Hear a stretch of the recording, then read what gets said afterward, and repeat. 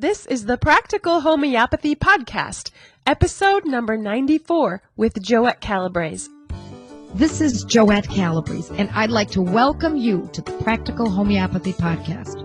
Women and men worldwide are taking back control of their family's health and learning how to heal their bodies naturally, safely, and effectively. So, if you're hungry to learn more, you've come to the right place. Stay tuned as we give you the tools and the inspiration you need as I share my decades of experience and knowledge using this powerful medicine we call homeopathy.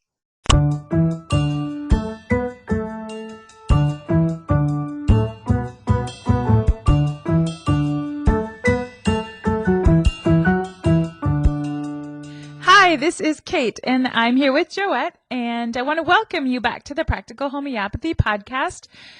This is a bit of an impromptu podcast because Joette and I were just doing some work together, and she thought of a subject that she really was passionate about and wanted to share with you listeners. And so, Joette, why don't you get us started? When you and I were just talking, I was recalling a story about one of my children, and it was from many years ago, and how I studied a specific medicine, and the medicine was Stramonium. Stramonium, Stramonium. And at the time when we needed this medicine for my son, I was a novice in homeopathy, but I knew enough that if I found the right medicine, that it would abort the condition. Well, this was the condition. We used to borrow movies from the library when my children were growing up, and we borrowed the movie Swiss Family Robinson. And I'm talking about the version from 1959. This was an old version. Great story, nice movie, great movie for kids. But my son was very young. He was about 6 maybe at the time, and he was very taken by the scene where the bad pirates were going to harm the family, the Swiss Family Robinson family.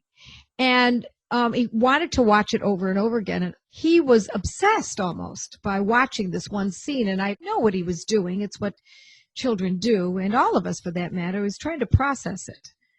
I don't think it ever occurred to him that someone would try to hurt a family. And he, of course, was relating to the family probably greatly. And so he wanted to watch it over and over again to make it clear in his mind. It was something that he had never experienced and was trying to understand what was going on. Why would somebody want to hurt this family? And so with that, then when he would stop watching the movie, we had borrowed it from the library for a week.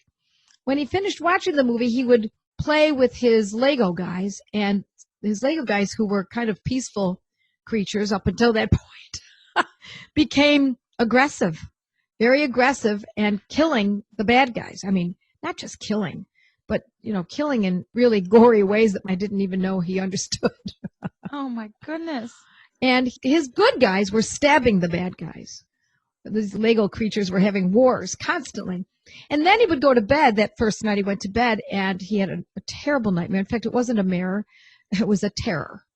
And we ran into his room because he was screaming and turned the light on, and he would not wake up. And that's what a night terror is. They are out of their mind with the images in their brains, and they can't let it go. And so it would take an awful lot for us to calm him down. We'd have to have bright lights on. He needed the bright lights. In those days, I used homeopathy classically, and so I didn't know that there was a protocol for violent thoughts or severe angst from witnessing something that was violent. All I knew was that to repertorize, and so I repertorized in my book, and I found Stramonium. Now, I had many materia medicas at the time, and I certainly opened them up, but it wasn't until I totally delved into it. And I purchased a book titled Stramonium. It was just simply on the subject of Stramonium by Paul Herskew. And I read it from cover to cover. Meanwhile, it was night after night of this with my son suffering, not being able to sleep, all of us not being able to sleep because of these night terrors. And when I finally convinced myself that Stramonium was the medicine, I gave him a dose of Stramonium 200C. Now, again, in those days, very classically I was thinking only one dose, maybe 2 doses over 2 days, maybe a third dose, but that was it. You don't give any more. And so that's what I did. I gave 3 doses. over a 24-hour period, and it completely changed everything. He relaxed. He did not have the angst any longer. His Lego guys started to act more civilly. There was no more Lego blood all over the living room floor. Did you give the Stramonium to the Lego guys? No, but I think that their master was in control, and he made sure that they didn't have these gory these battles. And the night terrors melted away the very first night. The day I gave it to him, the first dose that night, he didn't have one. And this was consistent. He had been having these night terrors for, I'm going to say by the time I got the book and read and felt comfortable doing all this, probably 2 weeks. So foolish of me not to just give it. But in those days, I was so worried about using 200 potency, which is not even a high potency. It's really medium, but that's the way I had learned homeopathy, is that you should be very, very careful. So I always caution people to be careful, but not that careful. My gosh, he suffered for 2 whole weeks because I didn't have the confidence to give him the medicine. But when I did, it worked like magic. It melted the angst away. All of the violent thoughts in his head that he needed to try to settle down went away. So I gave him 3 doses over a 24-hour period, and that was the end of it, or I thought. Then about 6 months later, we went back, and he said, "Oh, I love this. Let's get this, please, Mama. Can we get this?" So I got it again. Got the video again. He wanted it so badly. It was really not a very violent movie at all. It was from 1959 or something. And I thought, well, he's safe now. He's got the Stramonium in case it happens. So we got it again, and we watched it. And 3 days later, after watching it over and over again over a period of 3 days, the symptoms returned. He started having the night terrors again. His Lego guys got violent again with each other. And so I reintroduced Stramonium. So it only goes to show that sometimes we need to reuse these medicines. As the symptoms return, we use them again. So I indeed used Stramonium 200C. I gave it to him 3 times in 24 hours, and it took it away again. We did not see it again, I'm going to say, for about a year. And then something came up, and it had nothing to do with the movie. Because the movie, in my mind, was, okay, enough with this movie. You'd had it. No more Swiss Family Robinson. Okay, no more Swiss Family Robinson. Until you're older and maybe you've processed it enough. Something else came up, and I remember what it was. It was Halloween, and we went to the library. And at the library counter, which was a very tall counter where you checked your books out, there was a very, very scary face on the front of the desk that was exactly at the height of my son. What were they thinking? They were not. They were not thinking. It was so stupid. Somebody there, I don't know, did they not have children? Do they not realize? It was scary to me. So, I mean, not that I was frightened by it, but it was a very intense image, and it was exactly at his height. And it happened again. That night, we got home, we went to bed, woke up in the middle of the night terrors, gave the Stramonium again. And from that time forward, we never saw it. And now he's a full adult, and I've never seen him need Stramonium again. So his Lego guys survived. In fact, we still have all those Lego guys. We still have them. No, my sons don't kill want to each get other rid of them. off or anything. No. There was no more massacres, and they made it. I guess because they're made of plastic, they're protected. And you also have used Stramonium for some of your pets. Yes, we also used Stramonium for Buster. Now, Buster was the home birth. Home birth. Because his mother, Dolly, gave birth to her pups as a matter of fact, in my office one early morning. And so he was born at home. And so, we didn't get him from a home or from a veterinarian or any place where he had already gotten vaccines. So at one point, we decided that he really ought to get a vaccine for rabies because we lived in the country and he did a lot of running around roaming. And we were concerned, even though I don't believe, especially at that time, there was no incident of rabies for many, many years in the entire region of where we lived. And I did a lot of reading up on that and checking with vets, etc. And indeed, there had not been any cases of rabies. Nonetheless, because he did so much running around, if he had gotten bit by a rabid animal, we would never know that that's what had happened because it might not be severe enough for us to notice it. So we got him the rabies vaccine, and It was even a small amount. He's not a very big dog. He was only 18 pounds when he got that vaccine, and he reacted very badly. He has always been my husband's dog, by his side at all times, won't go anywhere without my husband, etc. But suddenly he became vicious, angry, wouldn't let me near my husband. Now, Buster sleeps on the foot of the bed, and he wouldn't let me on the bed. If he saw me walking towards my husband or even walking into the bedroom, he and my husband already were ready for the evening, he would not let me in. And what I mean by that is he would snarl and become very vicious, something I'd never seen in him.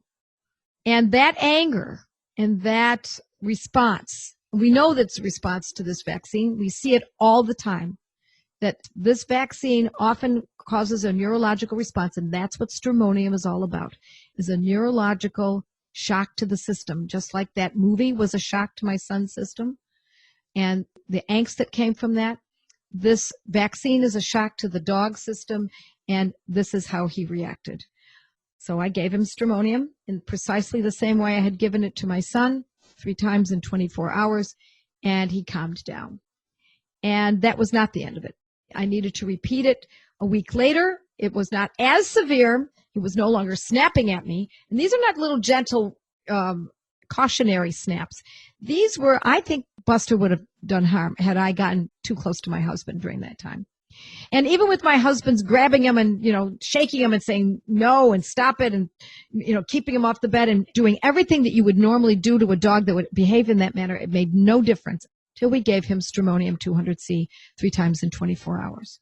And at that point, he calmed down. And then a week later, he needed it again because it got amped up again. So we basically, I think, as I recall, we used Stramonium 3 times in 24 hours about every 10 days. That's my recollection. It was a long time ago.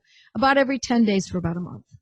And after that month, he became himself again. And that was the end of it. It's a very powerful medicine for when we see a shock to the central nervous system, an injury to the central nervous system on some level, whether it's psychological or vaccine-induced or whatever it might be. It can also be for having witnessed atrocities, and the reaction is protection of the self or protection of the family through a violent sensation. So the dog was going to protect my husband at any cost, and my son was going to have his Lego guys protect the family at any cost. Powerful medicine. Very. You know what this makes me think of is animals that end up in a shelter and end up being put down because of their aggression. Don't you just want to go and give them all Stramonium and see how it works? I think about it all the time. I know many people who have had to put their dogs down because they were attacking neighbors or attacking their own children. And it was a very nice dog, sweet dog, great dog, wonderful dog, but for this one little idiosyncrasy. And it turns out the dog wants to masticate everybody in sight. What about dogs wanting to go after certain other pets? You know how dogs have an instinct to go after the chickens? That would be same? Yeah, Buster killed a chicken once, one of our chickens, yes. Carried it around it all day. And we decided to just leave it in his mouth because if we took it away, he might go after another one. So we thought, oh, well, let's just leave it at that and let him get his fill. No, I think that's within a dog's instinct. I think that's what that is. I don't think that is an aggression towards a family member. He didn't consider the chickens family members. We might have, but he didn't. They were his prey. What about if there's rage or you see that acting out, but you don't know that it's preceded by watching something violent or, say, a rabies vaccine? What then, Joette? Good question. Many times we don't realize that our children have been at someone's house and they've watched a movie that was inappropriate, violence-wise. Or it could have been a very violent birth that this child had. Now, let's not overanalyze. I don't like to run down those rabbit holes. We want something that's somewhat substantiated. But sometimes we don't even need to know the etiology. We don't have to know that, oh my gosh, when he was at that friend's house 6 weeks ago, they watched movies. I wonder what they watched, and he's never been the same since. Or a Halloween costume that scared someone. Or witnessing an atrocity. I mean, we live in a very mild world here in the Western world. We don't witness atrocities. Other parts of the world witness atrocities regularly. And so this is where we can do the best work without necessarily even knowing whether or not there was an atrocity witnessed. If we see someone acting in a very violent behavior, my go-to, and I teach this in my course, Mindful Homeopathy, and many other medicines, to use Stramonium, and we often use it in a 6 twice a day, or we use it in a 200 in the fashion that I used it. Now, the Banerjees use it in a 6 twice daily, and I think that's often a better method to use, especially when it comes to children. But a 200 can also be utilized as I had used in my 2 situations from the past. So you don't need a specific event that you know of. How do we know what someone has gone through? We may not know. Even if we're the mother, we may not realize that something was very hard on this child. And now they're acting out in either violent words or their games that they're playing with their animals or their toys seems too violent, etc. Seems like it's out of character. What is going on? That's when we start thinking about Stramonium. However, having said this, I would not administer something like Stramonium without reading up on it. So if anyone ever wants to use this kind of a medicine, I urge people. I mean, I read and read and read and read before I administered it to my son. And I purchased that book, which I think is a very intelligent way to know your medicines and utilize them properly. And I think one of the keys, too, is to stop that medicine when they are very much better. Don't continue on. This is medicine, like we often say, right, Joette? You say that all the time. These are not supplements where you say, oh, well, you know, this vitamin D or vitamins where, oh, I'll just take that. My vitamin D levels are kind of low. I'll just throw it up and see if it sticks. No, no, no. This is medicine, and it is relatively safe. Nothing is perfectly safe. And remembering that this is medicine will give you the respect that this medicine is owed.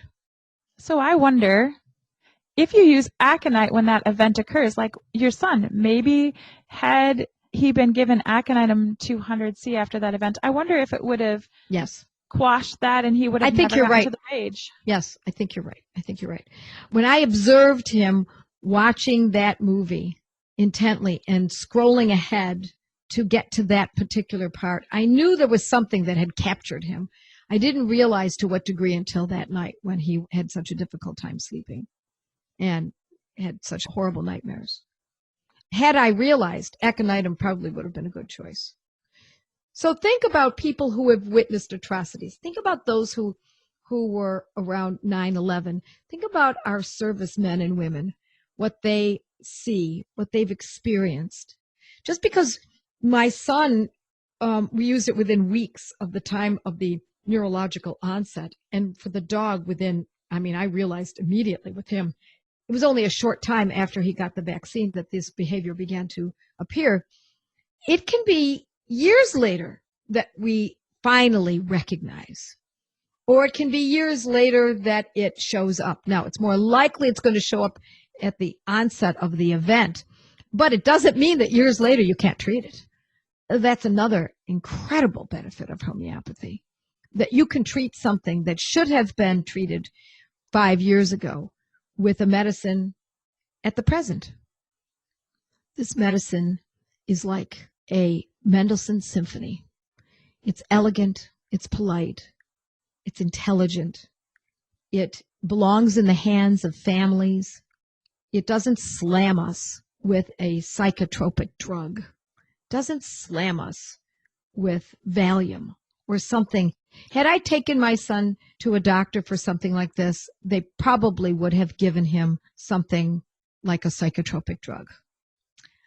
And now we think about what those synthetics can do to a young brain. Think of what it does to an adult brain, let alone a developing one. Whereas homeopathy gently touches, because that stramonium was diluted 200 times to the 100th power. So it's very, very dilute, very gentle. It's polite. As I hope you know by now, on my blog, podcasts, and Facebook Live, I offer as many protocols for simple conditions as I can, for free, without affiliates or advertising. But let me be clear, when it comes to more complex conditions, it's key that you learn how to use these medicines properly. I want you to be well trained. So I save discussions of the more involved methods for my courses, in which I walk students through each method with step-by-step training. I hope listening to this podcast has inspired you.